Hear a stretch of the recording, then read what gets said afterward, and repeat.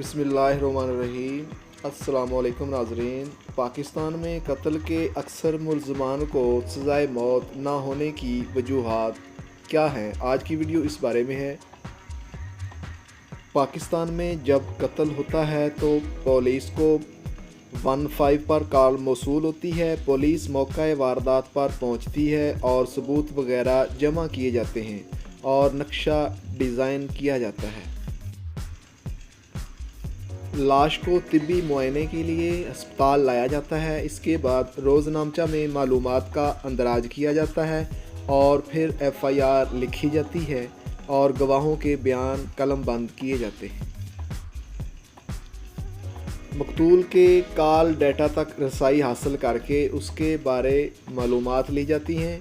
CCTV camera की recording ली जाती है और आखिरकार मुलज़िम को गिरफ़्तार कर लिया जाता है और उससे हथियार वगैरह की रिकवरी की जाती है और रिकवरी के गवाह अलग से लिखे जाते हैं।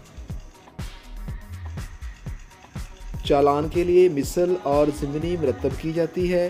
फिर चालान प्रोसिक्यूटर की मदद से अदालत में पेश होता है। इन तमाम मराहिल में इस बात का गालिब इम्कान होता है कि पुलिस से दानिस्ता या ना दानिस्ता कोई लग़ज़श या कोताही ज़रूर हुई होगी। मुल्ज़म लाखों रुपए फ़ीस अदा करके अपने दफ़ा के लिए एक अच्छा वकील ले आता है। ये वकील पुलिस की कार्रवाई में गलती तलाश करता है और अदालत शक का फ़ायदा देकर मुल्ज़म को रिहा कर देती है।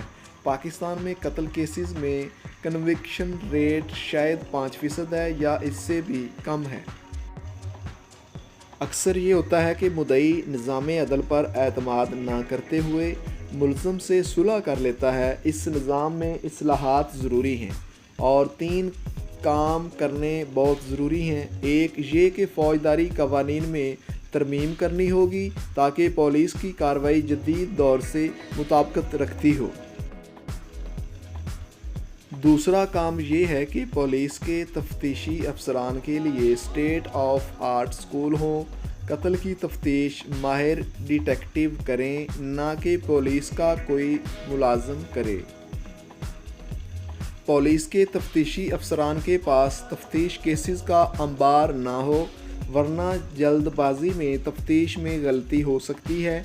तीसरा काम ये कि सरकारी मुलाजमीन यानी कि डॉक्टर, प्रोसिक्यूटर्स, मजिस्ट्रेट वगैरह और गवाहों को पुलिस के साथ ताआवन करने के लिए इखलाकी और कानूनी तौर पर पाबंद बनाया जाए।